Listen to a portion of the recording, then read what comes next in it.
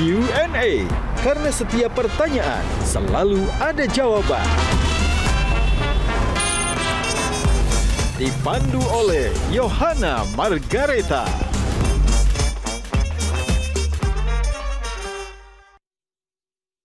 Panelis kita hari ini. Bayangkan lagi sakit aja pakai infus, syuting masih tetap jalan. Itu Prilly tuh kayak gitu. Nggak mengharapkan gaji tapi nggak mengharapkan tunjangan rumah juga kan ya. Prilly sebenarnya bisa menggantikan posisi Mas Duta di vokalis Hilon Seven. Fun fact apa yang akhirnya kamu baru tahu tentang sosok Prilly yang orang nggak tahu sebenarnya? Oh, kamu udah bocorin? Udah, aku udah bocorin. Apa? Jadi sama aku gigit supaya temen aku nggak minta gitu. Oke. Jika aku menjadi Sri Mulyani. Ya kita itu harus membayar pajak. Dah itu aja.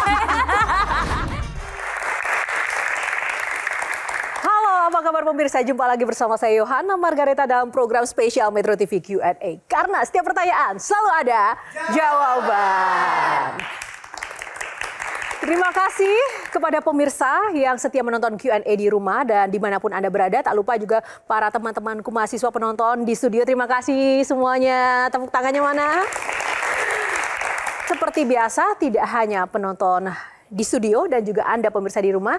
Kali ini saya juga ditemani oleh 3 panelis istimewa Q&A pada malam hari ini. Siapakah mereka? Oslo Ibrahim, tepuk tangannya dong. Kak Mary Riana, Miss Mary. And Gian Luigi. Aduh, kemana aja? Ini wajah-wajah yang udah lama absen dari Q&A ya. Oslo kemana aja nih? Melanjutkan kehidupan aja. Melanjutkan kehidupan. Kak Mary sih apa? Sekarang kan bantuin Pak Menko AHY di Kemenko Infrastruktur. Tepuk tangan semangat ini. Nah, Gian ini sibuk apa nih? Kritik pemerintah. Oke, tepuk tangannya semangat untuk para panelis. Selain panelis yang luar biasa, ada bintang tamu Q&A malam ini yang istimewa. Tidak hanya inspiratif, ia juga memiliki segudang aktivitas dan segudang prestasi. Perempuan muda, independent woman, yang punya hobi diving, menyelam. Ia pun juga pandai berakting, menulis buku, menulis lagu, memasak, memproduseri film, hingga menjadi pengajar di beberapa universitas ternama di Indonesia. Ia bukan sekedar bintang biasa. Lalu, siapakah dia? Kita akan saksikan dulu yang satu ini.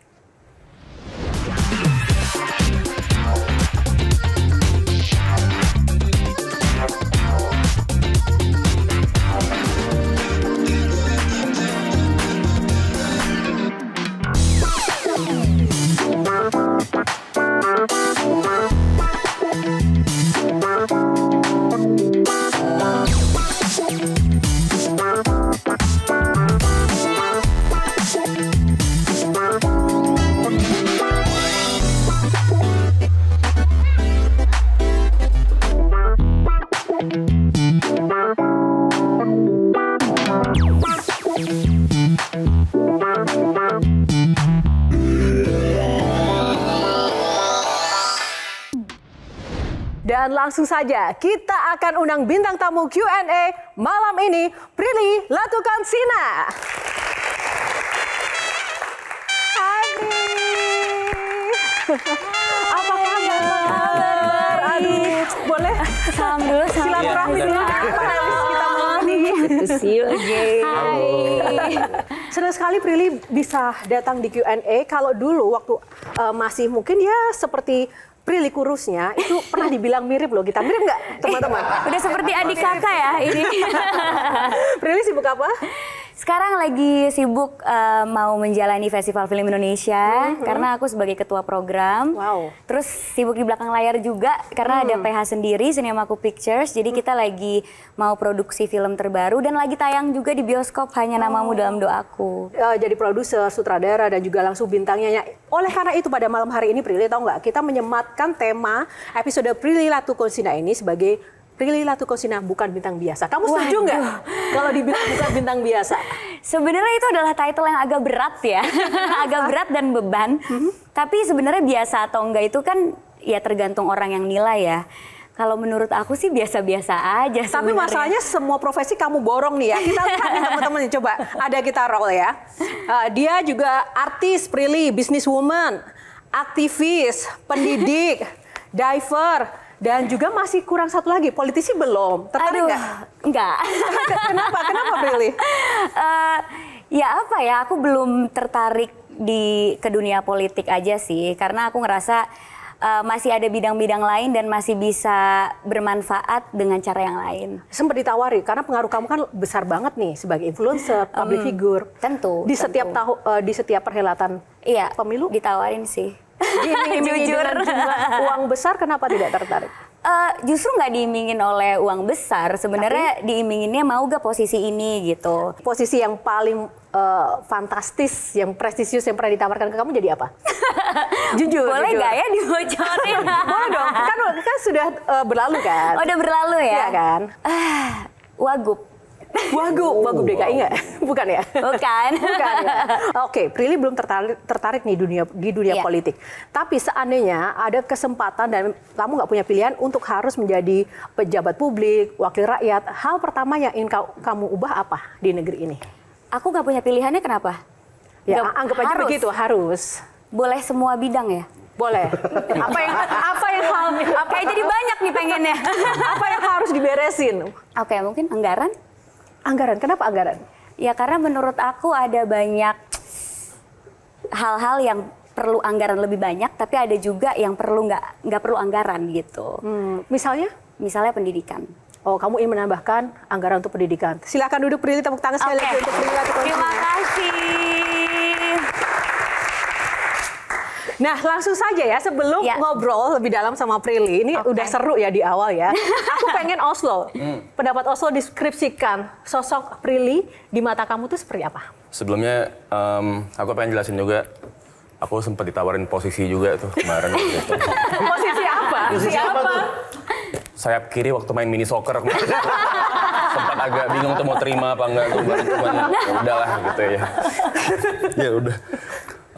Prilly sih seorang aktris yang baik, kita udah tahu semua lah gitu. Tapi sebenarnya Prilly bisa menggantikan posisi Mas Duta di vokalis Hilon Seven. Karena ya setelah gue riset, Prilly pernah menjadi Duta Ayo Olahraga, Duta Cegah Kanker Serviks, Duta Keselamatan Berkendara Kota Tangerang, Duta Gerakan Nasional Mencintai Al-Quran, Masya Allah, Duta Pajak Bumi dan Bangunan Kota Tangerang, dan Duta FFI. Mas Duta aja nggak seduta ini. Gitu. Ya nggak sih? Dia bisa jadi vokalis. Oh, aku tahu. Iya. Tadi pasti ditawarin jadi Wagub Jawa Barat ya? Mungkin ya dari sini. Karena Tangerangnya banyak. Oke, lanjut. Berikutnya, kita tahu di Indonesia ini punya sebuah perhelatan Putri Indonesia. Itu semua wanita di Indonesia dikumpulkan untuk memilih jadi yang terbaik. Apakah Prilly ikut? Enggak, Prilly menjadi jurinya di situ. Berarti kan Prilly ada di atas semua wanita-wanita seluruh Indonesia ini. Jadi menurut gue, bener-bener Prilly sangat berprestasi. Tepuk tangan buat Prilly, teman-teman. Terima kasih. Enggak, sebenarnya mau ikutan. Mau ikutan, tapi kurang tinggi. Oh iya bener. Gitu, jadi kayak ya udah deh ditaruhnya jadi juri aja gitu. Tapi yang biasa badannya lebih tinggi belum tentu karirnya lebih tinggi dari Prilly. Oh wow. Masuk.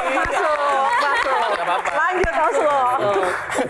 Habis itu tadi udah di-mention sama Prilly juga, dia juga punya rumah produksi Cinemark Pictures. Menurut gue ini sama kayak misalnya gue musisi, abis itu akhirnya punya label sendiri. Menurut gue itu hal yang sangat tidak mudah.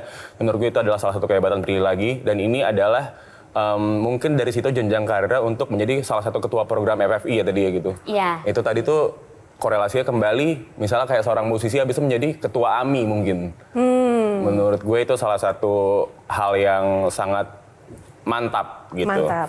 Jadi menurut gue title ini bukan bintang biasa, menurut gue sangat cocok ada di Prilly Latuconsina. Aduh, terima kasih.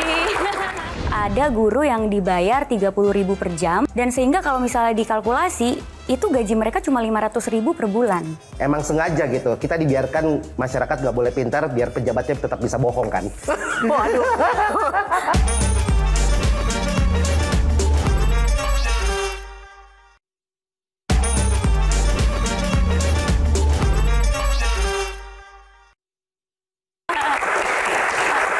Kita ke Kak Mer, silakan. Sebagai sahabatnya Prilly. Seneng banget ketemu dengan Prilly lagi. Yeay. Dan aku tahu memang kamu juga punya hati banget untuk dunia pendidikan. Aku ingat banget itu tahun 2022, kebetulan kita sama-sama di New York. Cuma waktu itu nggak sempat ketemu karena Prilly tuh lagi sibuk keliling untuk survei universitas karena waktu itu lagi mau lanjutin S2 ke Columbia, ke Harvard gitu. Terus aku udah berharap nih pengen dapat update-nya nih. Kira-kira akhirnya dilanjutin nggak sih S2-nya? Tapi abis itu nggak pernah ada kabar. Apakah masih pengen lanjutin S2? Sebenarnya sedang, tapi nggak jadi di luar negeri karena tanggung jawabku ternyata di sini lumayan banyak ya. Karena ada PH sendiri, terus juga menjabat sebagai ketua program di Festival Film Indonesia yang harus setiap hari diurusin gitu ya. Mulai dari penjurian dan program semuanya. Jadinya aku melanjutkan S2 di kampusku yang aku S1 dan sekarang lagi nulis tesis sebenarnya. Cuma emang nggak pernah posting aja. Berarti ini langsung rilis pertama di Q&A dong bocorannya. Luar biasa. Tapi Prilly kenapa sih concern banget di dunia pendidikan? Ini menarik banget karena di awal tadi apa hal yang ingin kamu beresin seandainya kamu jadi wakil rakyat adalah soal pendidikan. Kenapa kamu concern di situ? Mungkin aku akan ceritain berdasarkan pengalaman kali ya, supaya lebih relatable sama apa yang aku alamin gitu. Jadi sebenarnya aku itu baru pulang dari NTT, aku itu ke desa Kuaitai namanya, aku program CSR di sana dan ditugaskan untuk mengajar anak-anak SD di sana. Karena mereka itu habis kena bencana alam, longsor, jadi banyak yang rumahnya hancur, terus juga bangunan sekolahnya juga hancur gitu. Ada beberapa anak yang kehilangan orang tuanya juga. Terus akhirnya ya udah kita ke sana dan aku mengajar. Akhirnya di sana aku bisa mengerti karakter anak-anak di sana. Mereka tuh udah sejauh mana belajarnya. Aku mengajar, aku memberikan mereka tugas pada saat itu. Coba kalian tuliskan mimpi kalian di kertas kosong ini. Aku akan kasih spidol warna-warni, boleh kalian warnain, boleh kalian gambar, boleh apa. Aku bagikan kertasnya. Ini dalam satu kelas ya. Di dalam satu kelas ada satu anak yang sangat menonjol. Dia nulis dengan sangat lancar, dihias-hias, digambar. Tapi pas aku jalan kelilingin kelasnya, ada satu anak yang diem aja dan dia cuma bisa ngeliatin teman-temannya. Terus kan aku bingung. Ayo kamu tulis, kamu nanti kalau udah gede mau jadi apa? Tulis namanya dulu deh, kamu tulis nama kamu di sini. Jadi nanti aku bisa lihat. Ternyata dia belum lancar menulis dan membaca. Bahkan dia agak kurang ngerti ya cara mengeja itu belum bisa gitu. Akhirnya aku harus tulisin lagi huruf alfabet A sampai Z, terus ngajarin ke dia ini A, ini B gitu. Terus ayo tulis nama kamu berarti hurufnya apa gitu. Jadi dalam satu kelas ada anak yang memang pintar, ada anak yang ternyata belum mendapatkan perhatian sehingga ternyata belum bisa baca, belum bisa nulis gitu. Terus aku kan akhirnya bingung ya, ini kenapa bisa kayak gini ya? Pasti banyak faktornya. Satu mungkin karena faktor ekonomi atau infrastruktur yang tidak memadai sehingga dia kesulitan untuk jalan ke sekolah gitu ya. Karena pada saat itu juga karena tanah longsor, aku untuk jalan ke desa itu cuma bisa naik motor atau enggak jalan kaki. Dan juga distribusi guru yang tidak merata. Menurut aku ya penyebaran guru di Indonesia nggak merata sama guru belum sejahtera. Menurut aku gitu. Ada guru yang dibayar 30.000 per jam, tapi bukan dihitung berapa per jam per hari, tapi berapa per jam per bulan. Dan sehingga kalau misalnya dikalkulasi, itu gaji mereka cuma 500.000 per bulan. Gurunya belum sejahtera. Nah, mendapatkan guru atau pengajar seperti Prilly itu kan juga langka ya. Prilly gimana ketika mengajar atau menjadi guru gitu juga mengharapkan sebuah pendapatan tidak sih atau dibayar nggak sih atau seperti apa Pril? Enggak sih, jujur aku sama sekali. Waktu aku mengajukan jadi dosen itu, awalnya tuh aku mengajukan jadi dosen itu pakai program Kemendikbud dulu, praktisi mengajar. Ada kan pilihannya mau gaji atau enggak. Ya aku nggak pilih gaji lah karena Kenapa? Iya karena itu bukan tempat aku mencari uang. Aku punya sumber-sumber lain untuk aku mencari rezeki gitu. Tapi bukan mengajar gitu. Biarkan anggarannya tersalurkan ke guru-guru yang lebih membutuhkan daripada aku gitu. Achievement atau pendapatan itu kan nggak harus dinilai pakai angka ya. Bisa pakai pengalaman, bisa pakai impact yang bisa kita kasih ke orang, bagaimana orang itu senang dan bahagia di saat kita mengajar gitu. Dan itu menurut aku lebih penting sih daripada uang gitu. Wow. Gimana Gian? Betul. Menurutmu? Nggak mengharapkan gaji tapi nggak mengharapkan tunjangan rumah juga kan ya? Enggak sih, udah punya rumah sendiri ya, alhamdulillah. Aduh, kali-kali sedap nih kalau Gian udah bicara. Tapi emang menarik kalau bicara pendidikan kan, ini kan masalah yang dari tiap tahun terjadi, setiap presiden juga terjadi. Karena menurut aku ya emang sengaja gitu. Kita dibiarkan masyarakat nggak boleh pintar biar pejabatnya tetap bisa bohong kan. Waduh. Ada benarnya juga. Iya kan. Kalau pintar ya nggak mempan pakai beras kan. Oh. Tapi Kakak Prilly, dari semua pengalaman Kakak Prilly, aku pengen nanya sebenarnya mana sih yang lebih berpengaruh terhadap kita di kehidupan sehari-hari? Nilai akademis atau pengalaman praktis? Ini menurut aku unik banget ya kalau kita bahas ini ya. Karena kalau misalnya dulu di zaman aku ya, kita itu kan sekolah pakai standar kompetensi gitu. Tapi abis itu evolve lagi sistem pendidikannya sampai sekarang gitu. Sekarang kan kalau nggak salah ya udah bisa lulus gitu, nggak termasuk nilainya. Menurut aku tuh sistem pendidikan harus terus evolving karena teknologi juga berkembang, anak-anaknya juga berkembang gitu. Jadi nggak bisa dibilang atau nggak bisa dipilih mana yang lebih baik gitu. Apakah nilai atau praktek gitu. Karena nilai tersebut kan juga sebenarnya ada dasarnya ya. Kita bisa dapat nilai 10 karena kita bisa menyelesaikan tugas A, B, C, D, E, bisa menyelesaikan ujian. Dan tugas dan maupun ujian atau teori yang kita pelajarin itu tetap berguna gitu. Dan aku ngerti banget kalau dulu kita itu dikasih nilai, bahkan dulu sekolah negeri ya, karena aku sekolah negeri, nilai itu dipajang di mading. Itu sebagai motivasi supaya jangan sampai nilai jelek, karena malu kan kalau dilihat sama semua murid gitu. Tapi kan sekarang udah nggak kayak gitu. Jadi nilai bisa menjadi motivasi untuk anak belajar.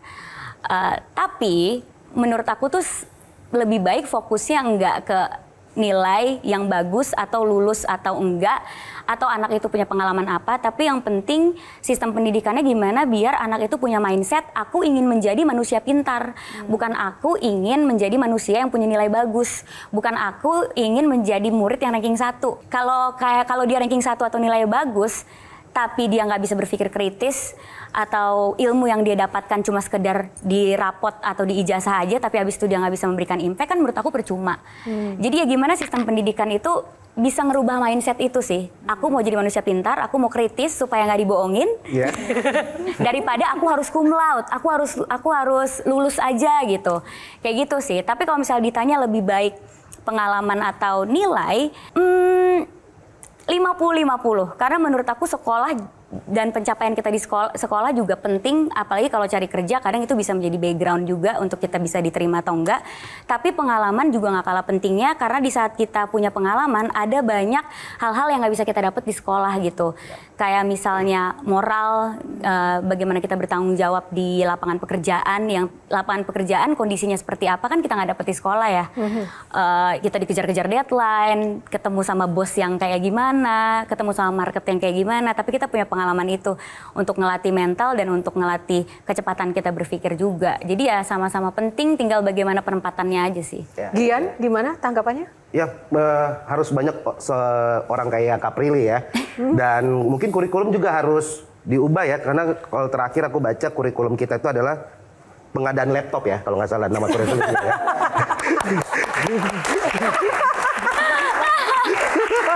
Justru dari komentar-komentar Prilly, ini aku melihat bahwa sesungguhnya Prilly itu punya kapasitas, punya pengalaman, punya hati di dunia pendidikan. Jadi mungkin kalau posisinya wakil gubernur ditolak, tapi kalau misalnya di pemerintahan, misalnya di Kementerian Pendidikan, nah itu gimana tuh? Jangan dijawab. Kita akan jeda dulu, sesaat lagi Q&A akan kembali. Karena setiap pertanyaan selalu ada jawaban Prilly. Lagi sakit aja pakai infus, syuting masih tetap jalan. Itu Prilly itu kayak gitu. Kadang aku tuh bisa ke kantor nggak mandi soalnya.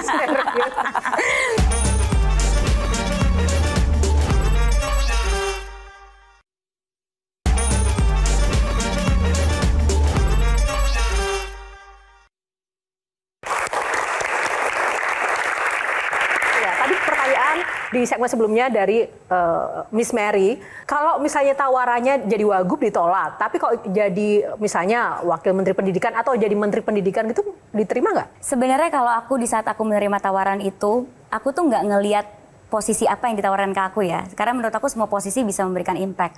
Aku melihat aku capable atau enggak sih gitu. Aku mampu atau enggak. Karena untuk menjadi pejabat publik itu kan tanggung jawabnya besar banget ya. Kita harus membuat kebijakan untuk satu negara ini gitu. Anggaran itu adalah duit rakyat. Yang kita pakai itu duit rakyat gitu. Jadi tanggung jawabnya tuh nggak mudah. Jadi ketika aku ditawarin, aku tuh bertanya ke diri aku sendiri, aku mampu gak ada di posisi ini? Menurut Prilly, kalau di level Kementerian Pendidikan, jadi wamen, jadi menteri gitu? Kalau saat ini sih aku mungkin lebih nyaman bermanfaat di hal lain seperti dosen gitu ya, atau aku keliling desa-desa untuk mengajar daripada untuk ke situ dulu sih, karena ya aku nggak pernah tahu kondisi politik behind closed doors, we never know. Apakah mental aku siap menghadapi itu gitu? Karena itu adalah tanggung jawab yang besar. Aku nggak mau merugikan rakyat atau orang-orang yang udah percaya sama aku gitu aja sih. Tadi poin Prilly penting juga ya. Bagus kalau nggak capable ya kita harus mengevaluasi diri sih. Harus tapi bagaimana diri sih. Tapi bagaimana dengan fenomena ketika banyak sekali public figure juga yang banyak jadi staff sus, komisaris tanpa ada background dan kapabilitas yang mungkin mumpuni. What do you think? Mungkin mereka merasa capable. Mungkin mereka merasa capable ya. Kan kita nggak pernah tahu. Mungkin aku bisa nih gitu. Kan kita nggak pernah tahu ya. Mungkin mereka punya pengalaman lain yang kita nggak tahu gitu, atau mungkin dari dia ngerasa capable gitu. Satu lagi kalau dari aku Prilly, banyak banget kan pekerjaan yang kamu kerjakan dalam waktu yang bersamaan. Makanya kamu dibilang orang yang sangat multi talenta. Apa sih yang kamu cari sebenarnya? Kenapa nggak fokus di satu titik? Tapi banyak banget yang kamu kerjakan, bahkan semua profesi kamu jalani malah. Apa yang kamu cari sih sebenarnya dalam hidup? Sebenarnya orang kan ada dua macam ya, yang bisanya fokus di satu gitu, atau yang emang seneng bekerja di berbagai bidang selagi dia ngerasa dia have fun dan dia mampu gitu. Nah mungkin aku adalah tipe yang kedua gitu. Aku tuh agak gregetan orang ya. Misalnya aku jadi aktor gitu ya. Terus aku ngerasa kenapa sih ceritanya gini? Bisa gak ya cerita film kayak gini? Karena aku ngerasa film itu adalah kendaraan media yang paling efisien untuk kita menyampaikan sebuah pesan gitu. Misalnya raise awareness soal pendidikan atau raise awareness soal kesehatan mental lewat seminar yang nonton 1.000 orang gitu. Tapi kalau lewat film, kita ada kesempatan untuk reach 1 juta penonton. Dan film akan lebih diomongin sama orang ketika nonton dan akhirnya kita bisa raise awareness tentang isu tersebut. Bisa gak ya aku main film itu? Ya tapi kan sebagai aktor kita nunggu skrip. Akhirnya aku berpikir apa bikin PH sendiri ya. Jadi aku bisa raise awareness soal hal-hal yang aku anggap penting. Jadi aku tipe orang yang banyak pengen tahu dan itu jadinya selagi aku ngerasa aku mampu, ya aku cobain aja gitu, dan ada kesempatannya juga ya udah aku iya gitu. Dari gregetan tadi ya, kalau Oslo gregetan nggak sama Prilly? Maksudnya nilai-nilainya Prilly gitu maksudnya? Gregetannya ya mungkin lebih greget Prilly ya, karena dia banyak banget nih semua yang dipikirkannya itu. Tapi ada satu hal yang bikin gue penasaran sama Prilly sebenarnya. Dia kan kesibukannya banyak banget nih sebenarnya. Pasti ada day off mungkin. Yang lo lakuin pas day off apaan? Tidur. Bagus, itu memang bagus. Kita bisa belajar banyak dari tidur itu. Enggak, tapi sebenarnya day off tuh jarang banget ya. Kayak sebulan. Iya benar. Bener-bener kayak jarang banget gitu. Kayak misalnya bulan ini nggak ada day off. Jadi sekalinya ada day off, itu bener-bener untuk diri aku sendiri sih. Bener-bener nggak mau ketemu orang. Karena ya setiap hari pekerjaannya ketemu sama orang, ngomong sama orang. Jadi ya bener-bener cuma rebahan, tidur. Bahkan bisa yang kayak makan di kasur gitu, bener-bener ya udah cuma pengen jadi ya udah pengen santai, mager rebahan ya? Gitu, mager gitu. Karena itu juga bisa dirasainnya mungkin sebulan sekali ya kayak gitu, rebahan-rebahan gitu ya. Apa maknanya Oslo dari penjelasan Prilly ini? Ya sebuah kesenjangan dari orang yang day off-nya lebih banyak ya. Gitu, maksudnya gitu, kadang tuh kayak kapan kerjaannya ya gitu. Maksudnya kayak sekarang nih, besok bisa Q&A, langsung bisa kan kemarin hari. Makanya datang gitu. Karena saking banyak day off-nya gitu. Tapi jangankan day off loh. Bayangkan lagi sakit aja pakai infus, syuting masih tetap jalan. Itu Prilly itu kayak gitu. Ada nggak Kak? Benar. Ada nggak Kak Mer yang nggak diketahui publik tentang Prilly yang Kak Mer tahu? Waduh. Jujur aja. Iya, satu hal yang aku selalu ingat, tapi Prilly tuh selalu punya caranya sendiri untuk merilis stres gitu. Jadi Prilly tuh sempat sharing ke aku bahwa dia tuh punya night routine. Jadi rutinitas mandi malam yang selalu tuh harus urutannya tuh harus benar gitu. Pake jadi kembang pakai lilin, pakai aroma. Karena katanya pagi-pagi itu harus wangi soalnya. Iya, itu Cuma benar. sekarang nggak tahu apakah masih tetap dilakukan rutinitas night routine Masih itu. sih, maksudnya kalau misalnya sempet aja ya, kalau misalnya sempet dan ada me time itu biasanya emang rutinitasnya tuh mandi lebih lama, pakai wangian yang kita suka, pakai lilin gitu-gitu, kayak spa di rumah aja sih. Ya bentuk kita take care sama diri sendiri, karena jujur kadang aku tuh bisa ke kantor nggak mandi soalnya. Saking kayak capeknya, misalnya kayak pulang udah terlalu malam, terus ya udah aku mandi malam, besoknya ke kantor tuh harus pagi, aku biasanya nggak mandi, udahlah kantor sendiri ini gitu, nggak mandi, nggak make up gitu. Kadang aku suka skip rutin-rutin kayak gitu, mandi, make up, atau sekedar nyatok rambut deh supaya kelihatan lebih baik tuh kadang suka aku skip karena nggak sempet tuh. Jangan jadi contoh ya. Nggak mandi itu karena Prilly, tetap Prilly. Kalau nggak kalian mandi nggak jangan mandi, ya kalian. Takutnya berpikir, wah nggak mandi bisa jadi Prilly. Enggak. Tolong. Ya benar ya soalnya. Benar. Iya. Dan nggak semua orang punya privilege mandi lebih lama. Nggak semua orang bisa gitu. Tidak semua tips itu bisa dilakukan di Iya. rumah tanpa pengawasan ya. Kalian punya lilin pas mati lampu doang kan? Prilly mandi loh. Lilinnya aja wangi soalnya. Oke, ini menarik banget. Kalau melihat seorang Prilly itu memang seperti di layar kaca dan juga di ruang publik ya, sosok yang independen dan bahkan tough kayaknya ya. Tapi aku penasaran banget sama satu hal. Tahun lalu kalau nggak salah kan kamu sempat viral karena kamu itu komentar soal wanita independen dan juga pasangan itu harus setara. Ya nggak sih, laki-laki itu harus setara. Coba, aku tuh pengen tahu banget seorang Prilly ini di balik layar benar-benar se-tough itu nggak sih menghadapi tantangan hidup apalagi netizen. Kita mau lihat sebentar ya. Sekarang banyak cewek independen tapi cowok mapan dikit. Gimana sih? Itu data valid kok. Jadi kayak ya mau gimana, cuma maksud aku ya. Wow, langsung ke kamu gitu. Kenapa aku kan? Ini cewek-cewek ini. Kita nih pengen protes gitu. Sebagai orang cewek yang selalu jadi tempat singgah, kita nggak berhak dapat cinta yang setuju. Itu emang cowoknya aja yang salah ya. Tapi banyak banget loh yang kayak gitu, yang ninggalin ceweknya karena insecure. Prilly, kita nggak pengen bahas kontennya sebenarnya, tapi gara-gara video ini sempat viral dan bahkan banyak sekali komen-komen yang cenderung negatif ya menyerang kamu seperti itu. Ketika menghadapi komentar-komentar yang mungkin negatif seperti itu tuh di balik layar tuh kamu sebaper apa sih sebenarnya menghadapi netizen? Sebenarnya Tipsnya juga tergantung keadaan kali ya. Kalau misalnya kita bacanya lagi keadaan kerjaan lancar, biasanya nggak ngaruh. Tapi kalau misalnya kayak udah capek, terus ini apa lagi sih gitu. Karena kebetulan podcast aku gitu kan suka dipotong-potong sama orang. Selalu FYP gitu ya di TikTok. Sampai aku di titik yang kayak, please jangan ada yang viral lagi dong gitu. Karena di bulan itu tuh kayak, kenapa banyak banget sih yang viral gitu. di saat orang pengen viral, dia menahan diri agar nggak viral. Itu gimana? Iya, karena banyak itu jadi konteks si video itu sebelumnya tuh itu kan kita lagi acara fun banget sama fansku kan. Jadi sama fansku kita naik Transjakarta terus kayak cerita-cerita, terus ada fansku yang nangis abis diputusin cowoknya karena katanya dia itu berkarir terus dan segala macam. Sebelumnya aku tuh abis baca berita ada data yang menunjukkan angka pernikahan di Indonesia turun karena cewek mandiri lebih banyak daripada cowok mapan. Itu bukan kata aku, kata artikel itu. Dan itu aku bacain data itu.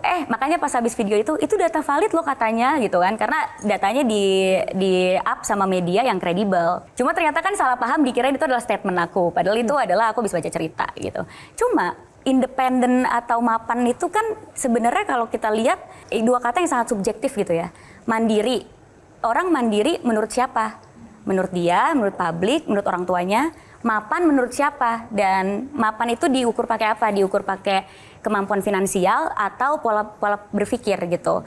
Kalau misalnya kemampuan finansial itu adalah mapan, kemampuan finansial siapa? Semua orang punya batasnya dan punya tolak ukurnya sendiri. Mapan kalau gajinya segini ya, belum tentu untuk yang lain. Mungkin menurut yang lain itu kebanyakan itu udah di atasnya mapan, atau buat yang lain itu belum mapan menurut gue. Karena kemampuan finansial pasti disambungin sama gaya hidup. Nah, tapi dari peristiwa kemarin itu membuat kamu semakin kokoh dengan pandangan terkait dengan perempuan independen dan laki-laki memang harus setara, atau justru kamu goyah nih punya perspektif yang berbeda nih dari Enggak peristiwa sih, itu? karena aku tahu cara maksudnya aku tahu cara pandangku itu seperti apa. Cuma adanya komen-komen seperti ini jadi membuka pikiran aku bahwa cara orang Indonesia mengolah berita itu beda-beda. Lebih ke situ ya? Iya, lebih ke situ ya. Dan aku kan di perusahaan tuh posisinya CMO. Jadi ngerjain segala macam strategi komunikasi, apalah segala macam. Justru kejadian yang menimpa aku itu menjadi bahan riset aku gitu. Oke, jadi orang Indonesia itu kalau baca berita ada yang dia akan menyelami berita tersebut, ada yang FOMO, yang banyak komen apa, dia pokoknya mau ikutan komen itu. Karena kalau enggak kayaknya gue nggak ngetren nih, nggak ikut tren nih gitu kan.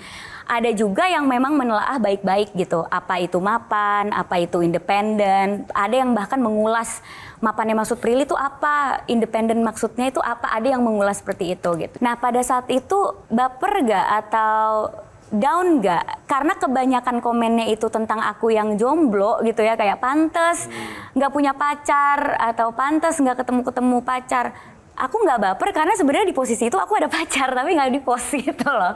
Jadi pada saat itu aku emang udah ada pacar gitu. Jadi ya nggak baper sih, dan kebetulan aku punya pasangan yang setara menurutku. Karena ya menurut orang lain beda-beda ya. Dia punya pola pikir yang sama sama aku gitu. Terus akhirnya kita malah membahas topik ini di relationship kita. Oke, coba kita bahas ya. Tapi kita melihatnya ini jangan Prilly. Anggaplah ini orang lain. Menurut kamu ini kenapa gini? Akhirnya kita telaah sampai si pasanganku itu namanya Omara, dia sampai gini, perlu aku tulis gak jurnalnya? Jadi gitu malah jadi bahan kita untuk belajar dan ya dia menulis jurnalnya dari sisi filosofi dan psikologi karena itu adalah majornya dia. Aku dari sisi strategi komunikasi dan PR. Bagaimana aku menangani ini. Jadi sebenarnya musibah-musibah yang datang membuat aku jadi semakin lebih tahu banyak sih gitu. Jadi sama aku gigit supaya temen aku nggak minta gitu. Apa faktor terpenting dalam hubungan? I know this is my boyfriend.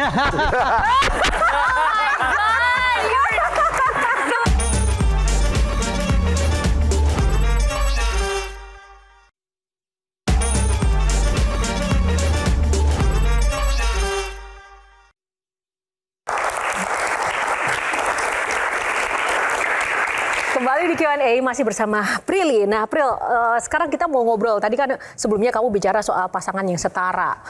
Bicara soal pasangan kan ada cinta, love. Aku cuma pengen tahu dulu nih, love language Prilly itu apa aja sih? Kan katanya semua love language itu dimiliki oleh seorang Prilly Latuconsina dalam menjalin sebuah hubungan. Ini dari yang aku riset sih, benar nggak sih? Benar, karena aku lumayan bucin. Kalau punya pasangan bucin. Bucin, apalagi kalau pasangannya setara. Kalau nggak setara nggak bucin? Nggak bucin. Oke. Apa saja love language kamu dalam menjalin sebuah relationship yang bisa mungkin dibagikan buat kita, kenapa itu penting? Nah, balik lagi aku tuh biasanya ngelihat dulu pasangan aku tuh butuhnya apa. Jadi aku akan memberikan yang dia butuhkan. Karena biasanya perbedaan love language itu juga jadi salah paham. Misalnya love language aku itu word of affirmation, tapi aku nggak quality time, akan dianggap kurang waktu buat dia karena mungkin dia quality time. Jadi sebenarnya aku pasti akan selalu berdiskusi sama pasanganku. Kamu tuh berharapnya, ekspektasi kamu terhadap pasangan maunya pasangan yang seperti apa gitu. Terus kamu tuh orang yang seperti apa? Nanti kita akan ketemu di tengah. Nah kebetulan kita itu sama-sama paling atasnya itu act of service. Jadi kita suka melayani, suka kayak masakin atau mijitin atau apa gitu suka. Gitu. Itu act of service itu diketahui dari kalian sama-sama menjalankan tes atau diskusi aja? Dia udah tes sendiri, aku tes sendiri, terus diskusi. Aku tuh sukanya pasangan fit aku kalau gini. Tes ya, iya. untuk pacaran. Aku tuh suka gini. Iya sama aku juga suka gini. Nah karena kita sama-sama suka act of service, jadinya kan makin merasa dicintai kan, karena nggak ada kesalahpahaman di situ gitu. Terus yang kedua word of affirmation gitu, karena sama-sama butuh afirmasi nih, dan kayaknya approval pasangan tuh penting banget buat aku. Jadi kalau misalnya aku nggak disetujuin sama semua orang, tapi pasanganku setuju, aku nggak apa-apa. Yang penting pasanganku suka. Jadi ketika dia mencapai sesuatu, jangan lupa dikasih afirmasi positif, jangan lupa dikasih semangat gitu. Wow, so sweet. Gian, coba. Kayaknya pejabat kita kurang act of service ya. Kalau dilihat dari aku tuh kalau mau lempar ke Gian agak kan. Kalau dilihat dari love language ya kayak enak banget punchline-nya ya.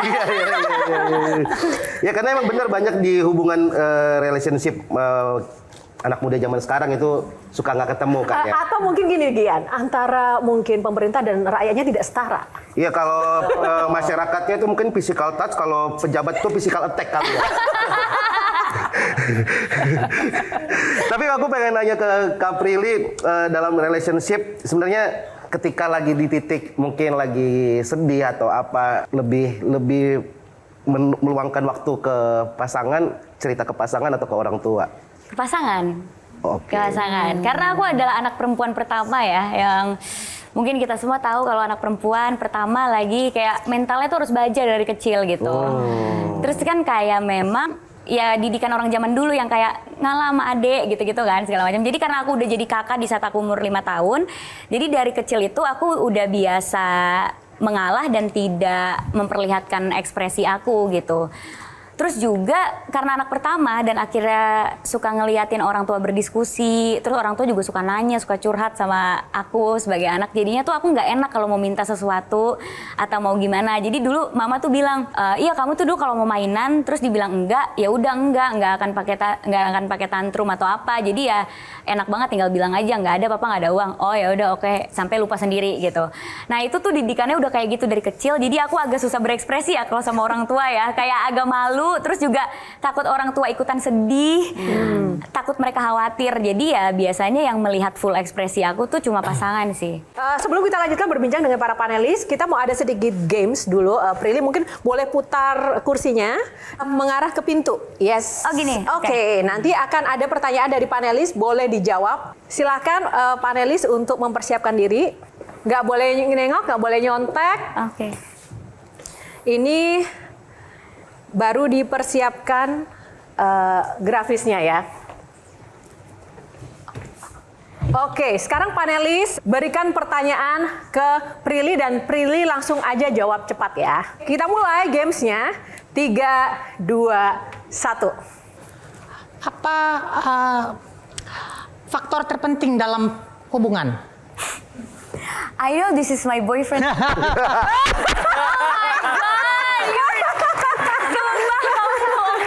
Susah. Ini kita bekerja sama dengan Metro TV yang sangat sulit ini. Oke, silakan. Tunggu. Kok bisa langsung tahu kalau itu suaranya Omara? Aku udah hafal banget. Karena setara itu tadi ya. Nah, aku udah hafal. Omara This is so funny. Iya, karena kita kan emang temanya surprise ya. Cuman aku pas tadi di belakang udah kayak, ini sepertinya udah kebaca gerak-gerik dari langkah aja Prilly kayak udah tahu deh. Gak usah suara diubah juga, kayaknya kita sudah workshop banyak sekali suara-suara bersama. Oke, Doraemon kenapa bawa Doraemon? Prilly suka Doraemon. My favorite cartoon ya. Sampai malam ini udah Doraemon keberapa yang dikasih atau yang dipunyai Prilly? Aduh, aku banyak banget sih. Aku punya semua seri komik Doraemon dan semua koleksi-koleksi mulai dari piring, gelas, lampu, boneka, apapun bentuk Doraemon aku punya. Omara udah berapa kali kasih Doraemon? Ini pertama. Tepuk tangan. Omara boleh kembali ke sana. Tapi aku nyaman di sini gimana? Oh gitu ya? Silakan. Oh gitu. Doraemon dibawa kan buat Prilly kan, bukan buat aku benar, kan? benar. Jadi semalam aku suka Nobita soalnya. Semalam itu aku kirimin link, aku akan diundang ke acara ini gitu kan. Oh gitu. Tunggu, jujur, yakin nggak saling cerita? Masa sih pacaran nggak saling cerita? Enggak, dia pinter Nggak banget. acting kan, Dia Prilly? terus Karena kamu kan aktor nih. Ini kalau aktor Aku akan diundang ke sini ya. Cuma kayaknya pertanyaannya akan kayak berat gitu deh, bukan pertanyaan yang sehari-hari gitu. Aku bilang gitu. Terus? Aman nggak ya gitu? Emang kamu mau bahas apa? Ya nggak tahu sih, mungkin pendidikan atau apa gitu. Tapi kalau ada pertanyaan yang gini gimana? Terus aku kayak ala-ala. Jadi kita berdua itu punya program Prom Talk, Prilly Omara Talk. Nah, di mana kita di situ membahas satu isu, terus kita diskusi, kita post di Instagram. Oh, Prom Talk tuh Prilly Omara Talk? Emang apa harusnya? Nggak tahu. Gimana sih? Coba praktekin latihan simulasinya gimana kemarin? Jadi kita udah simulasi nih. Kita simulasi. Kita tadi katanya ngomong ngebahas soal pendidikan gitu. Terus gimana tuh kemarin ya, simulasinya? Aku seperti interview Prilly. Prilly, bagaimana menurutmu soal ekosistem pendidikan di pelosok-pelosok macam itu? Jadi kita ngobrol panjang lebar. Terus ya udah jawab gitu. Oh, oke. Tapi benar-benar nggak tahu ya? Nggak tahu. Terus dia bilang gini, nanti pas kamu jawab kamu rekam ya gitu. Aku pengen lihat pas kamu jawab soal pendidikan gitu. Soalnya it's interesting. Oh ya oke. Ya aku nggak ada curiga apapun sih. Jadi. Berarti mudah dibohongin juga nggak sih? Wah. Kok jadi gitu? Thank you ya by the way Omara, kerjasamanya luar biasa. Prilly itu suka banget gigit sedotannya nggak sih? Sampai sekarang masih? Enggak, karena udah nggak pakai sedotan plastik. Oh, udah nggak pakai sedotan. Jadi kriteria sedotan apa yang layak kamu gigit? Jadi ini tuh ada cerita lucunya. Jadi aku tuh suka ngegigit sedotan dari SD. Kan dulu suka sekolah jajanan-jajanan minuman-minuman manis tuh yang di plastik terus ada sedotannya kan. Zaman dulu karena uang jajan terbatas ya. Jadi agak pelit tuh kalau mau diminta teman. Karena kayak aduh jajannya cuma 1.500 gitu. Ntar nih kalau habis belinya lagi ribet nih gitu kan. Jadi sama aku gigit supaya temen aku nggak minta gitu. Seseorang itu bisa berubah karena cinta. Nah sekarang ketika kalian sudah menemukan cinta, apa yang berubah dari Prilly yang sebelumnya nggak pernah terjadi tapi sekarang jadi berubah?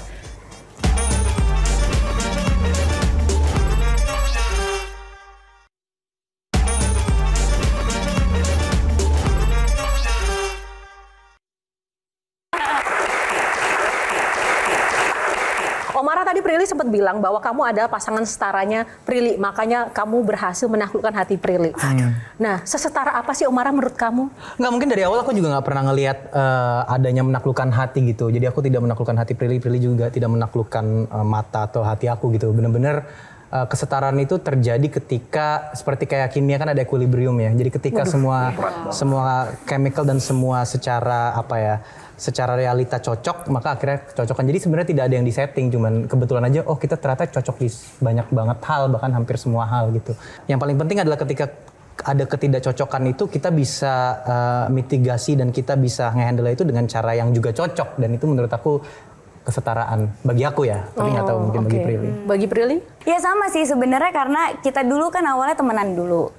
Terus kita sering ngobrol gitu di lokasi syuting. Jadi kita disatukan di Project Budi Pekerti. Ngobrolin soal banyak hal, soal hidup sih ya, hidup in general gitu. Terus kita punya pandangan yang sama gitu. Terus kalau misalnya ada satu isu kita bahas, cara komunikasinya tuh juga cocok gitu. Terus akhirnya cocok, akhirnya kita jadi pasangan. Terus pas jadi pasangan, aku ngerasa di saat aku bisa menjadi sosok yang lebih baik karena pasanganku, itu menurutku berarti pasanganku setara banget, dan bahkan dia bisa menjadikan aku pribadi yang lebih baik gitu.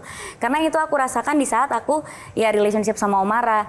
Dulu aku agak takut memulai relationship karena aku takut relationship itu menghambat pekerjaanku dan menghambat mimpiku gitu ya.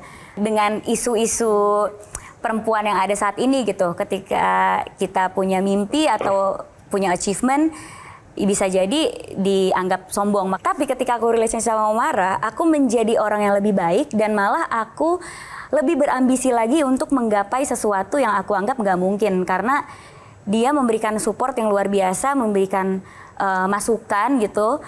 Bahkan dia tuh aku namain di kontak aku adalah Omara My GPT. Karena I don't need GPT, I have him. He's like my Google. Rekan-rekan panelis? Iya. Oke. Ya, so happy. Kamer dulu. Seneng banget ngeliat kalian berdua. Ini adalah acara pertama kita, by the way. Oh iya. Oh wow, tepuk tangan. Ini adalah acara pertama kita. Tampil di TV talk show pertama kita.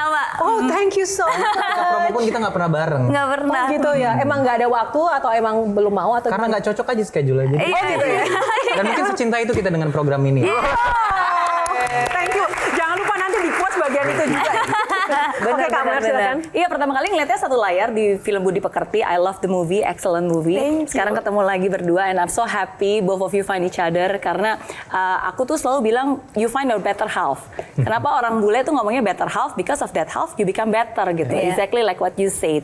Pertanyaannya buat Prilly dan buat Omara adalah, seseorang itu bisa berubah karena cinta.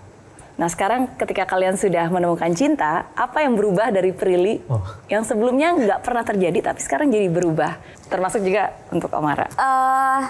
Yang berubah dari aku tuh dua ya. Aku nggak takut menceritakan mimpiku ke pasangan. Jujur aku tuh bukan cuma ke pasangan aja ya, ke orang lain aja tuh aku agak takut gitu. Karena takut dijudge, muluk-muluk banget sih, atau kayak kenapa sih pengen ngejar itu gitu. You have everything but why gitu. Kenapa sih harus kerja terus? Itu tuh adalah komentar yang sering aku dengar gitu. Aku selalu dianggap terlalu ambisius atau perfeksionis gitu ya. Makanya tadi yang komen-komen netizen itu, pantes nggak laku, pantes ini karena terlalu ini gitu kan. Jadi aku tuh agak terlalu takut untuk menceritakan diriku sepenuhnya ke orang lain. Aku suka dianggap lancar berbicara, sharing kehidupanku, tapi sebenarnya nggak ada yang tahu sepenuhnya hidupku itu seperti apa dan apa yang aku rasakan itu seperti apa. Nah pas ketemu sama Omara, aku berani untuk embrace itu.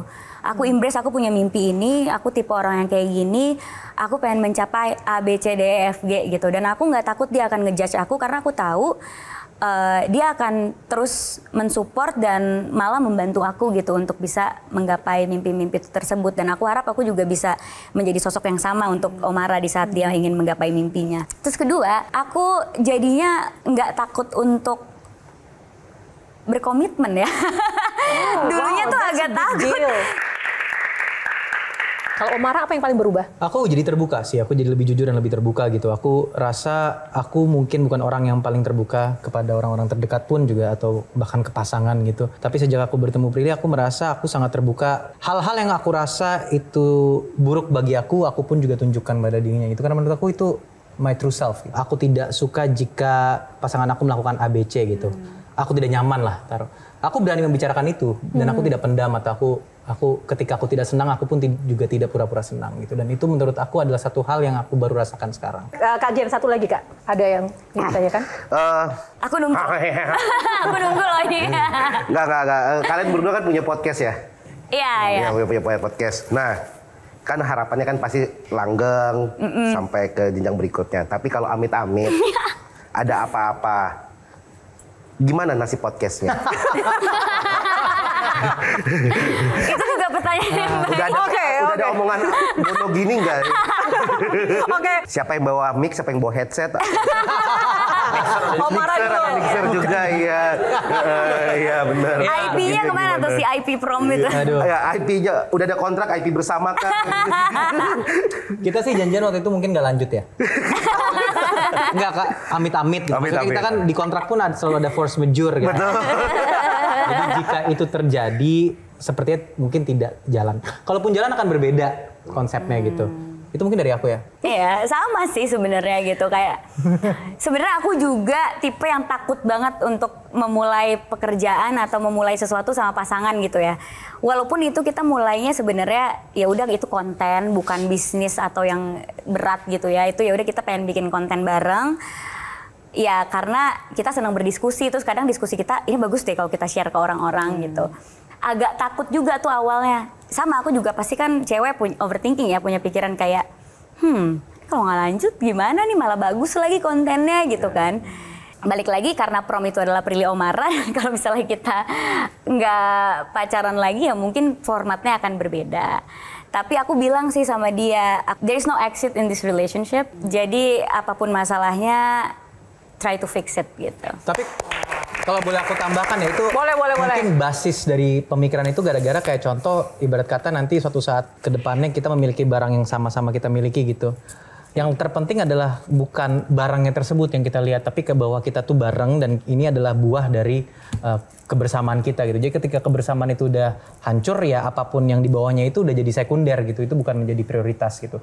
Cuma kadang tuh kan biasanya prakteknya ketika orang dalam sebuah relationship apapun itu ya bentuknya begitu. Kadang tuh logika dan emosi itu kadang nggak nyambung. Nah bagaimana Prilly mengontrol itu agar tetap harmonis, agar tetap punya visi yang sama gitu gimana? Tipsnya apa sih?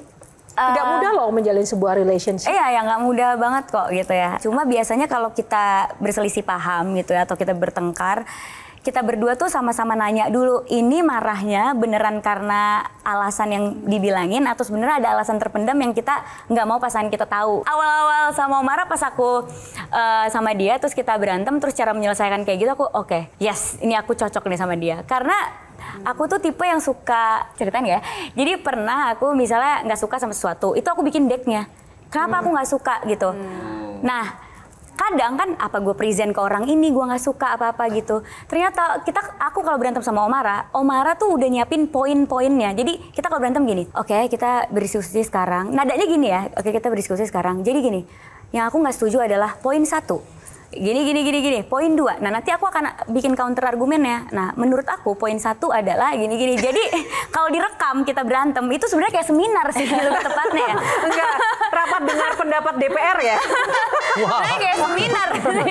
Oke.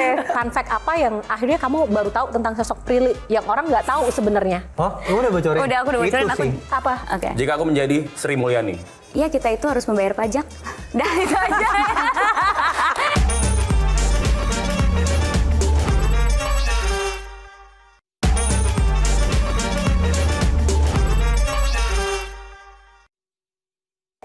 ada pendapat dari Kak Oslo sama Gian yang mungkin kita juga pengen challenge. Tapi gue bilang dulu ya, maksudnya gue sangat apresiasi betapa cocoknya mereka berdua ya. Kayak mereka berdua kayak Shizuka yang akhirnya mendapatkan Deki Sugi gitu. Bukan Nobita ya? Bukan. Kalau challenge, kita udah siapin nih Gian tadi ya. Prilly boleh nggak berdiri dulu ya? Oh ya boleh. Oke, tepuk tangan dong buat Prilly. Kita mau ada challenge sedikit nih. Oke. Boleh ke tengah? Asal jangan disuruh Dian sih challenge. Enggak. Oke. Aduh, ada. Apa challenge-nya Oslo dan juga Gian? Oke, challenge-nya jika aku menjadi. Oke. Jadi Prilly kita akan mungkin kasih nama toko ya. Benar. Kasih nama toko dan mungkin Kakak Prilly bisa seandainya menjadi seseorang tersebut. Actingnya gimana? Wah, atau Piala Citra. Iya. Berat banget. Impersonate. Sebagai duta FFI kan tadi. Waduh. Mungkin Oke, yang dari pertama. Oslo. Jika aku menjadi. lucu deh. Berarti kayak waktu gue bilang jika aku menjadi langsung aja impersonate ya. Oke. Jika aku menjadi Sri Mulyani. Gimana ya? Ya kita itu harus membayar pajak. Dah itu aja.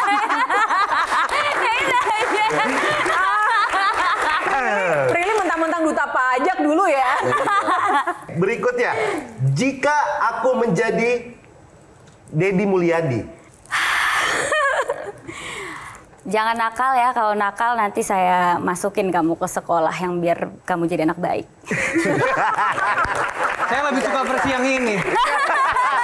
Harus menyekolahkan. Karena versi asli lebih sibuk ngonten sih. Iya. Oke, 3. Yang ketiga, jika aku menjadi Puan Maharani. Sama-sama wanita independen ya. Aku malah pengen jadi di tengah lo daripada ini. Boleh nggak aku aja? Imagine all. Bagus itu. Kekinian berarti. Omara boleh di tengah dong. Boleh di tengah. Bantuin Prilly. Mengikuti rapat parlemen. Aku hanya mengikuti berita yang terkini aja ya. Saya suka. Oke, berikutnya. Jika aku menjadi Deddy Corbuzier. Ya, sekarang fat gue udah 14%. Gue seneng banget abis makan sehat. Dan sekarang gue akan siap berolahraga lagi dan nge-gym dari jam 5 subuh. Oke, kalau Omara jadi Corbuzier gimana? Mentalis kan dulu kan. Ini yang up to date, ini yang zaman dulu. Oke, terakhir. Jika aku menjadi Justin Bieber. Ya oke, ini silakan. Aduh, jadi Justin Bieber. Gimana ya aku jadi Justin Bieber? Atau kalau Omara Justin Bieber. Kamu yang jadi Justin Bieber, aku jadi Hailey Biebernya gak sih? Widih. Yang pastinya aku nggak akan ngirim anak-anak ke barak sih. Justin Bieber. Itu Deddy Mulyadi tadi. Kok jadi ngilu ya? Gak apa-apa Metro TV ini. Gak apa-apa. Tapi I said what I said dan I stand by it. Oke. Kan dia cabut langsung kan? Oh iya benar. Iya benar gak suka paparazi. Benar. Oke, tepuk tangan buat Prilly dan Omara. Thank you. Oke, thank you. Aduh, menarik ya. Jadi seberapa kamu up to date dengan berita-berita di luar sana sih, Prilly? Lumayan update sih, cuma agak menyaring juga sih supaya nggak pusing ya ngelihat berita-berita yang ada. Jadi mana yang memang perlu aku baca, mana yang enggak gitu. Kadang kalau beritanya terlalu menggiring opini atau beritanya sebenarnya agak sakit hati aku baca, aku skip sih biasanya jujur. Fun fact apa yang akhirnya kamu baru tahu tentang sosok Prilly yang orang nggak tahu sebenarnya? Kebiasaan kek atau top secret udah apa? bocorin, aku jarang Jujur mandi. aja. Oh, lu udah bocorin? Udah, aku udah bocorin. Itu Aku sih. Apa? Karena Prilly itu memang kelihatannya seperti orang yang mandinya 5 kali sehari. Ternyata dia orangnya sangat sustainable. Sekali sehari cukup. Jangan dicontoh ya, itu hanya berlaku untuk Prilly. Oke, Oslo, satu lagi pertanyaan terakhir dari kamu untuk Omara dan Prilly. Kalian berdua, gue pengen nanya, what is the cheesiest act as a couple ya, yang both of you guys do, yang kayak waktu kalian single tuh kayak, ih jijik banget deh lihat pasangan ini, tapi sekarang kalian lakukan. Aku yang mulai ya? Iya. Muji pasangan depan orang-orang. Oh. I've never, aku kayaknya nggak pernah. I know, itu kesalahan aku dulu, tapi kayak aku nggak pernah terlihat romantis ataupun memuji atau kayak terlihat sayang sama pasangan depan orang zaman dulu. Jadi ini pertama aku lakukan. Dan ini pertama ke Prilly? Iya. Oh, kenapa bisa membuat kamu menjadi lebih romantis dan lebih... It felt right, bener-bener kayak ini pas aja, rasanya nggak apa-apa aku melakukan ini, dan aku ingin melakukannya juga. Jadi kayak, oh you know what, ya udahlah. PDA. Aku kayak kalau misalnya ke mall gitu atau kemana, misalnya ngeliat ada pasangan yang pelukan di eskalator atau pegangan tangan, aku tuh kayak, aduh get a room gitu, kayak nggak ada tempat lain aja gitu. Tapi sekarang aku kayaknya kalau jalan-jalan sama dia pegangan tangan, nyender gitu. Itu aku nggak malu sih. Kalau dulu mungkin aku emang nggak tahu kenapa ya. Susah terbuka aja, susah jadi diri sendiri, susah terbuka. Ya sama kayak Omara sih, kayak ya boro-boro muji pasangan depan orang gitu. Kayak kelihatan jadi pacar dia di depan orang juga agak-agak nggak nyaman gitu. Oke, jadi moral of the story ketika kamu melihat pasangan ini apa? Sekalian closing statement. Moral of the story adalah langgeng-langgeng ya, berdua ya. Maksudnya kalau berantem tadi bagus banget cara menyelesaikan berantemnya. Ada sebuah diskusi. Ada diskusi ya? Sampai bikin deck juga gitu. Bahkan orang-orang yang benar-benar kerjanya bikin deck males kayak gitu. Ya kan? Ini dia berantem bikin deck gitu. Tetap menjadi bukan bintang biasa sebagai sekarang mungkin jadi bukan bintang-bintang biasa kalau berdua mau marah gitu. Dan ternyata gue mikir tadi kenapa mereka setara banget ya, ternyata Omara arahnya setara gitu maksudnya. Iya. Ternyata di situnya gitu. Thank you Oslo. Kak Mer silakan Kak. Iya, hidup itu bagaikan panggung sandiwara di mana banyak banget sorotan terhadap kalian berdua, khususnya ke Prilly, banyak banget tepuk tangan, banyak banget ekspektasi gitu. Tapi sebagai sahabat aku bisa melihat bahwa Prilly itu selalu konsisten untuk selalu menjadi dirinya sendiri. And I'm so proud of you. Karena hanya dengan kamu menjadi diri kamu sendiri, kamu bisa benar-benar meng-attract orang yang sungguh-sungguh mencintai kamu apa adanya. Saya doakan sungguh-sungguh semua yang terbaik buat apapun juga yang sedang kamu kerjakan. Dan terakhir, just keep shining. Amin. Thank you so much. Thank you, Kak Mer, Dian silakan. Iya, buat Kakak Prilly dan Kakak Omara, langgang pastinya. Dan banyak yang kita bisa pelajarin dari Kakak Prilly. Di tengah panggung sandiwara tetap fokus dan tekun bekerja keras. Tidak seperti para pejabat kita. Yang harusnya tekun bekerja keras malah sibuk bersandiwara. Aku boleh diundang ke sini nggak lagi? Aku mau diundang ke sini lagi dong. Kurang panjang ya waktunya ya. Oke. Makanya tahu nggak dari segmen 1 aku udah bilang Omara would like this. Aku udah mikir gitu. Oke, thank you para panelis untuk closing statementnya. Nah, saatnya Prilly dan Omara, mungkin Omara boleh closing statement buat Prilly dan juga pesan-pesan buat mungkin generasi muda yang lihat Q&A malam ini. I love that dispesify untuk Prilly dan bukan untuk yang statement tadi karena statement untuk yang tadi enggak. Tapi aku cuman satu hal yang aku pelajari dari Prilly adalah ketika kita berusaha dan tidak membohongi diri sendiri, suatu saat nanti pasti akan ada hasil yang semoga akan membuat kita bahagia. Dan itu yang aku selalu lihat dari Prilly dan aku selalu admire gitu, aku kagumi dari dia adalah walaupun dia sudah mendapatkan apa yang dia inginkan, dia akan terus berusaha karena dia selalu mencoba mencari goal-goal yang baru dan itu membuat dia menjadi lebih tajam, menjadi lebih hebat, dan menjadi lebih pintar. Dan itu satu hal, ambisi itulah yang aku rasa bisa dipelajari oleh banyak orang. Ada nggak sih pernyataan sayang yang directly kamu bisa sampaikan ke Prilly malam ini? Gimana sih kamu cara menyampaikan rasa sayang ke Prilly? Lihat Prilly. Soalnya jangan lihat Oslo, lihat Prilly ya. Masalahnya gini nih, kalau misalnya kayak gini tiba-tiba kita jadi sahabatan lagi. Tapi nggak apa-apa. It's amazing what you're doing, and I think you have shown a great example for a lot of people, and I really admire that. Thank you. Mending aku tidur apa mending aku joget? Oh, nggak lagi rapat, sorry. Udah ketularan Gian nih ya kayaknya. Oke, tepuk tangan buat Omara, luar biasa. Thank you Omara. Oke, sekarang saatnya Prilly memberikan closing statement pendapat tentang tadi teman-teman panelis, tentang Omara dan juga pesan buat generasi muda di luar sana.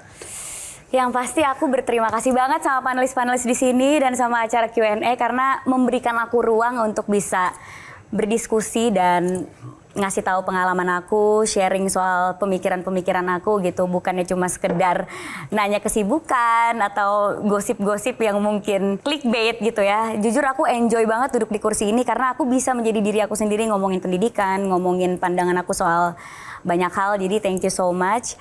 Sebelum kita mengemban tanggung jawab, kita harus ngelihat ke diri kita sendiri dulu, kita mampu atau enggak.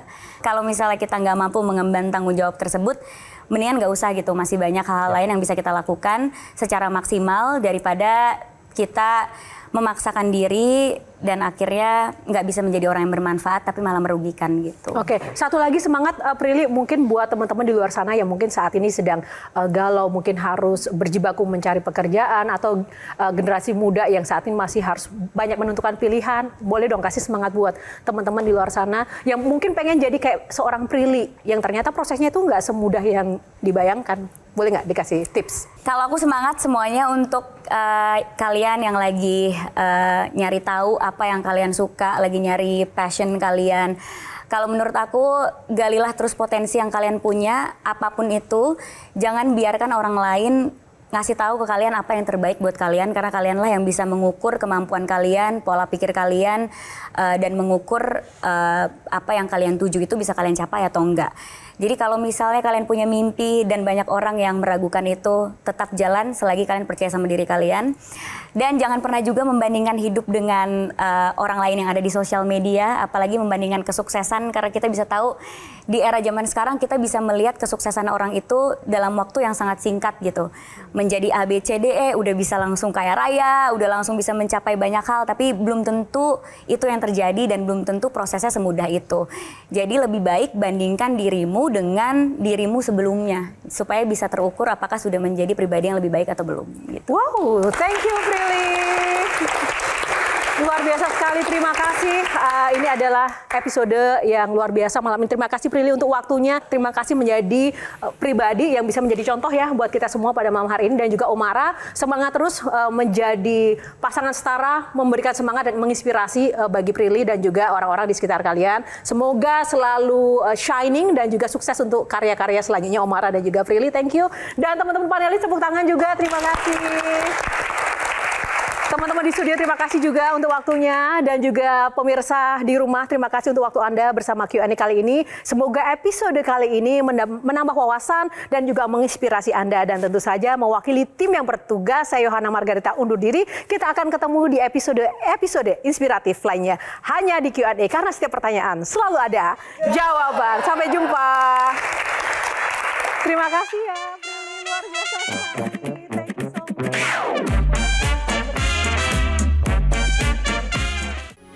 Metro TV.